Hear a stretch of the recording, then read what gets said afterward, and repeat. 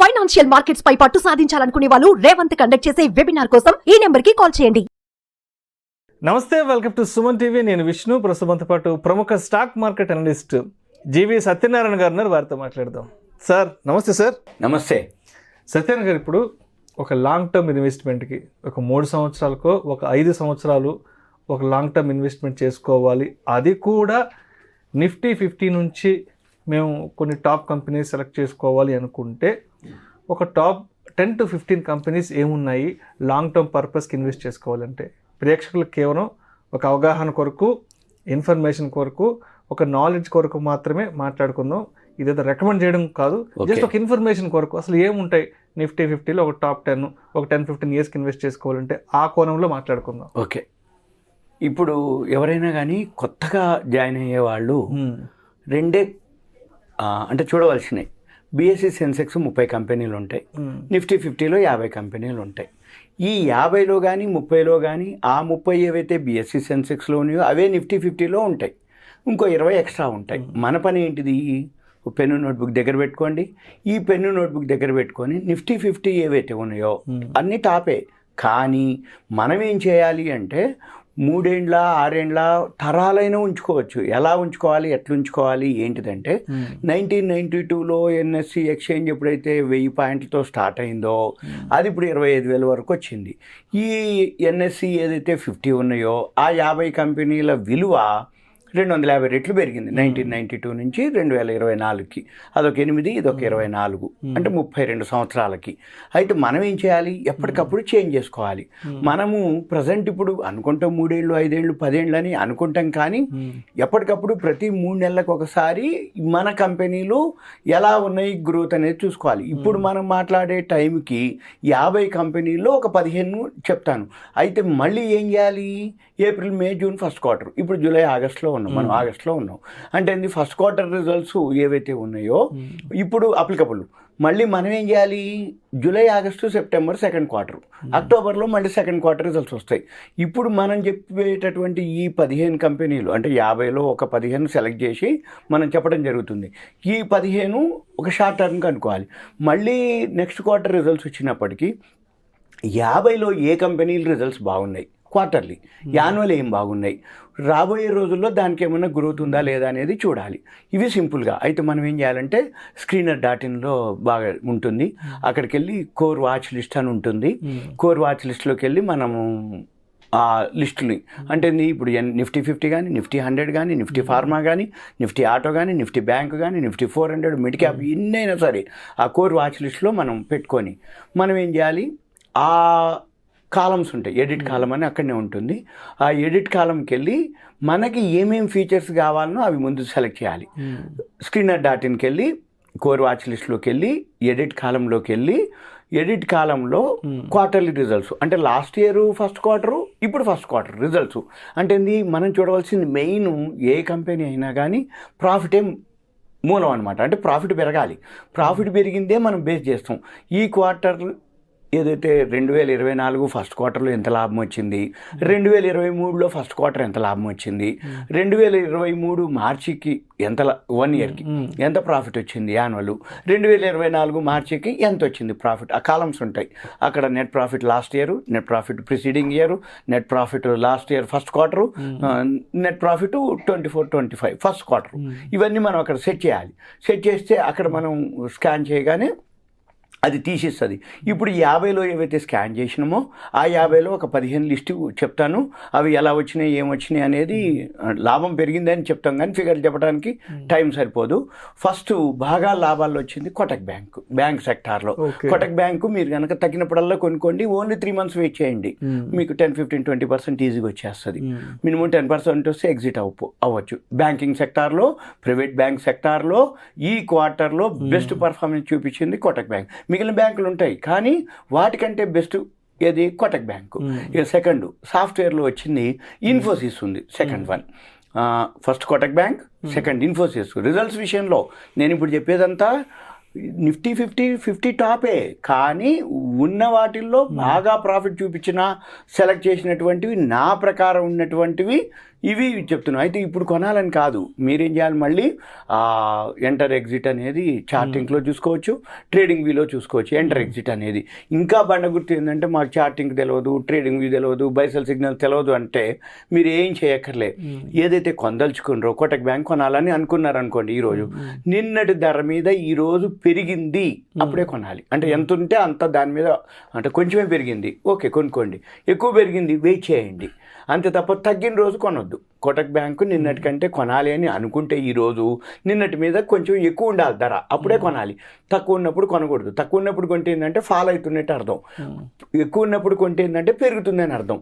అది ఎలా ఏంటిది అనేది ఆ చార్టింగ్లో ఉంటాయి, ట్రేడింగ్ వ్యూలో ఉంటుంది. ఒకటి. Number 2 Infosys. Number 3 Tata Motors కూడా రిజల్ట్స్ బాగా వచ్చినాయి. తర్వాత ఎన్టీపీసీ, ఇది పవర్ సెక్టార్. అంటే ఒకటి బ్యాంకింగ్ సెక్టార్, ఒకటి సాఫ్ట్వేర్ సెక్టార్, థర్డ్ వన్ వచ్చి ఆటో సెక్టార్, ఫోర్త్ వన్ వచ్చి power sector NTPC, fifth one వచ్చి ఎయిర్టెల్ టెలికమ్యూనికేషన్. ఇప్పుడు 5G స్పెక్ట్రమ్ ఇవన్నీ వాటిల్లో ఎయిర్టెల్ బాగుంది, ఏది మొన్న ఫస్ట్ క్వార్టర్. మళ్ళీ 6th వన్ వచ్చి హెచ్సిఎల్ టెక్, మళ్ళీ ఇది కూడా సాఫ్ట్వేర్ సెక్టార్, మన ఐటీ సెక్టార్ కిందకి వస్తుంది. 7th వచ్చి బజాజ్ ఫైనాన్స్, ఇది ఫైనాన్స్ సెక్టార్ కింద ఉంది. మళ్ళీ బజాజ్ ఫైనాన్షియల్ సర్వీసెస్ 2 ఉన్నాయి. అయితే రెండిట్లో కూడా మీరు చూసుకోవచ్చు, ఒకటి 6,000 చిల్లర ఉంది, ఒకటి 1,600 ఉంది. ఏది బజాజ్ ఫైనాన్స్, మీకు ఏది అనిపిస్తే ఆ 2 కూడా బాగున్నాయి. బజాజ్ గ్రూపే కాబట్టి ఒకటి ఎంటర్ అవ్వచ్చు. పెద్ద అమౌంట్ అనుకున్న వాళ్ళు 6,700 అనుకుంటే 1,600 పర్లేదులే, రేటు ఎక్కువ ఉన్నా ఏం కాదు, పెరిగినప్పుడు అదే బాగా పెరుగుతుంది అనుకున్నప్పుడు 6,700 అందుతుంది, అది ఎంటర్ అవ్వచ్చు. తర్వాత మారుతి, ఇది కూడా ఆటో సెక్టార్ కిందకి వస్తుంది. తర్వాత అదాని పోర్ట్, అది అదాని గ్రూపు పోర్టు, ఇది కూడా ఓకే బాగుంది. తర్వాత సన్ ఫార్మా ఉంది, అది ఫార్మాస్టికల్. ఈ సన్ ఫార్మా గురించి చెప్పాలంటే ఇండియాలో ఫస్ట్ లార్జెస్ట్ ఫార్మాస్టికల్ కంపెనీ. డయాబెటీస్కి ప్రతి వాళ్ళు రెగ్యులర్గా వాడే మందుల్లో సన్ ఫార్మానే లీడింగ్ అనమాట. వరల్డ్లో 5th largest company sun pharma. అందుకని ఫార్మాలో మిగిలిన చాలా ఉంటాయి, నేను కాదనట్లేదు, కానీ రిజల్ట్స్ విషయంలో కానీ, అంటే డయాబెటిక్స్ ఎక్కువ పేషెంట్లు ఉన్న కొద్దీ ఈ సన్ ఫార్మా ప్రోడక్ట్స్ ఎక్కువ సేల్స్ ఉంటాయి అనమాట. అందుకని సన్ ఫార్మా ఓకే, తగినప్పుడల్లా కొనుక్కోవచ్చు. Fundamentals okay, 5th largest. మన ఇండియాలో అయితే లార్జెస్ట్లో ఫస్ట్ కంపెనీ. ఇక ఇది నెక్స్ట్ వచ్చి టాటా స్టీల్, ఇది స్టీల్ కంపెనీ. ఎందుకంటే కన్సెషన్స్ ఇప్పుడు మొన్న సెంట్రల్ గవర్నమెంట్ కూడా బడ్జెట్లో కానీ, బడ్జెట్ ముందు కానీ, గవర్నమెంట్ ఎలక్షన్స్ అవగానే 3 కోట్ల ఇళ్ళకి కన్సెషన్ ఇవ్వటం జరిగింది. ఆ ఇండ్లన్నీ కన్సెషన్ చేయాలంటే మెయిన్ స్టీలే. వీటిలో స్టీల్ ఉన్నాయి, టాటా స్టీల్ ఉంటుంది, జిందాల్ ఉంటుంది, జేఎస్డబ్ల్యూ స్టీల్ ఉంటాయి, వేరే లోకల్ స్టీల్స్ చాలా ఉంటాయి. అవన్నీ కంటే కూడా టాటా స్టీలు 1905 జంషెడ్పూర్లోనే రతన్ భాయ్ టాటా స్టార్ట్ చేసిండు. అందుకని స్టీల్ సెక్టార్లో టాటా స్టీల్ ఓకే. ఇక తర్వాత బజాజ్ ఆటో, ఇది కూడా ఆటో సెక్టార్. మారుతి ఒకటి, బజాజ్ ఆటో ఒకటి. తర్వాత ఎల్ఎన్టీ ఒకటి, 14th, ఇప్పుడు మనం మాట్లాడేది 14th ఎల్ఎన్టీ. ఎక్కడ మెట్రో కట్టాలన్నా ఎల్ఎన్టీ వాళ్ళే కట్టాలి. ఇప్పుడు మెయిన్ అనమాట ఇండియా మొత్తం. ఇప్పుడు అంటే వరల్డ్లోనే మనము ఫస్ట్కి వచ్చేసినాం జనాభాలో, చైనాని దాటిపోయినాం. అంటే ఏంది, సిటీలు పెరిగిపోతున్నాయి, సిటీలల్లో రోడ్లు సరిపోవట్లేదు, కాబట్టి మెట్రో అనేది చాలా అవసరం. ఈ మెట్రోలు అవసరం కాబట్టి ప్రతి స్టేట్లో పెద్ద పెద్ద, అంటే మెడ్రాస్ అనుకోండి, హైదరాబాద్ అనుకోండి, ఇప్పుడు సపోజ్ హైదరాబాదే ఉంది, ఇప్పుడు మియాపూర్ ఉంది, మియాపూర్ నుంచి లింగంపల్లికి పోతుంది, అంటే పటాన్ చెరువుకి వెళ్తుంది, అంటే ఇది ఎక్స్టెన్షన్కి పోతున్నాయి.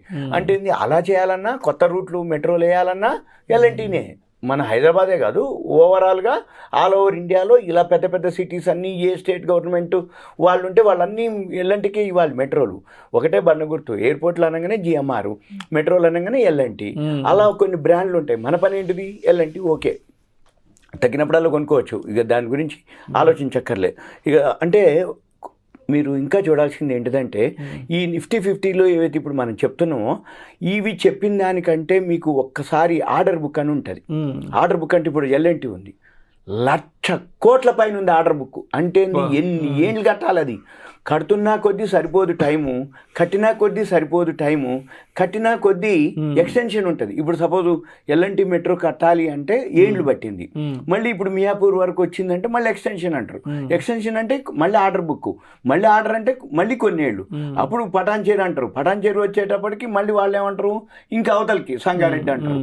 ఇట్లా ఇటు అంటే బాంబే హైవేకి వచ్చిన, ఇలా ఈస్ట్కు ఇప్పుడు ఎల్బీ నగర్ ఉంది, ఇంకా అవతలకి ఇంకొంచెం వనస్థలిపురం అంటారు, హైత్ నగర్ అంటారు, ఇట్లా పోతుంటుంది. ఇక అంటే మెట్రో తర్వాత ఏంది భువనగిరి అంటారు, యాదగిరిగుట్ట అంటారు, ఇట్లా అంటే ఏంది ఏదైనా కానీ రాబోయే రోజుల్లో ఆర్డర్ బుక్కే మనకి బేస్. ఇక తర్వాత ఇండస్ టవర్స్ అని ఇంకోటి ఉంది. ఇండస్ టవర్స్ ఏంటంటే సింపుల్గా ఇప్పుడు ట్రాయ్ అని ఉంటుంది, telephone regulatory authority of India. వీళ్ళు ఏం చేస్తారు, ఇప్పుడు 5G స్పెక్ట్రమ్ ఉంది, ఎప్పుడు జియో పాస్ చేస్తారో ఒకటేసారి పాస్ అయిపోద్ది జియో.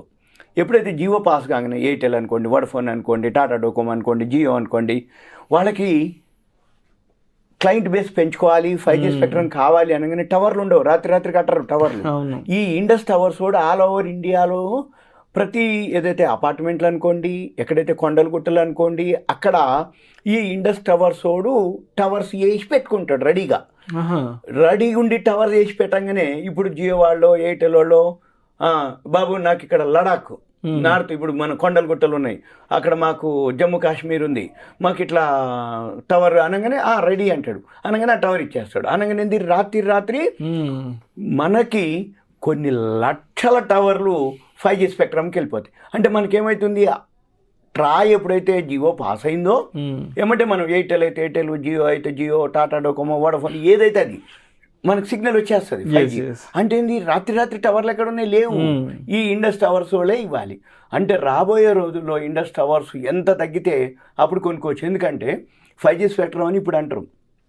మనకు జనరల్గా చూస్తే 1G, 2G, 3G, 4G, 5G, ఇంకొక 1 year మళ్ళీ 1.5 year అయితే 5G అవుట్డేటెడ్ అవుతుంది, 6G అంటారు, 7 అంటారు.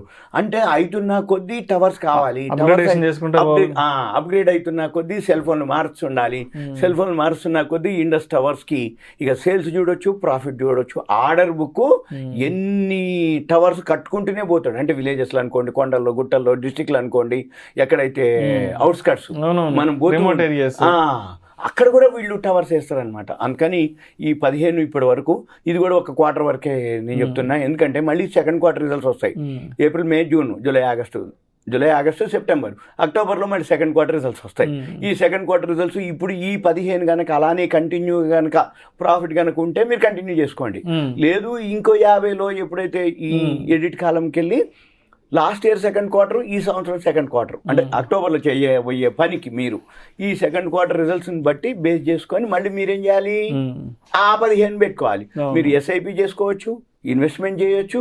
ఇలా కంటిన్యూగా సంవత్సరానికి 4 సార్లు కనుక మీరు ఇన్వెస్ట్ చేస్తే 1 yearకి సింపుల్గా ఎట్లా లేదన్నా 1 time వచ్చేస్తాయి. సింపుల్గా ఏం చేయక్కర్లేదు. ఇంకా ఏదైనా అనిపిస్తే Nifty 50 అయితే safe. Right, thank you Satyanarayana గారు.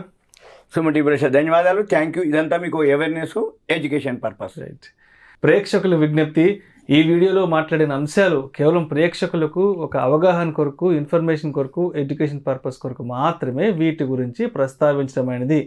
వీటిని రికమెండ్ చేయడం అయితే మా ఉద్దేశం కాదు. పెట్టుబడులు పెట్టే ముందు మీ అడ్వైజర్ని సంప్రదించి మాత్రమే తుది నిర్ణయం తీసుకోగలరని మా మనవి. నమస్తే.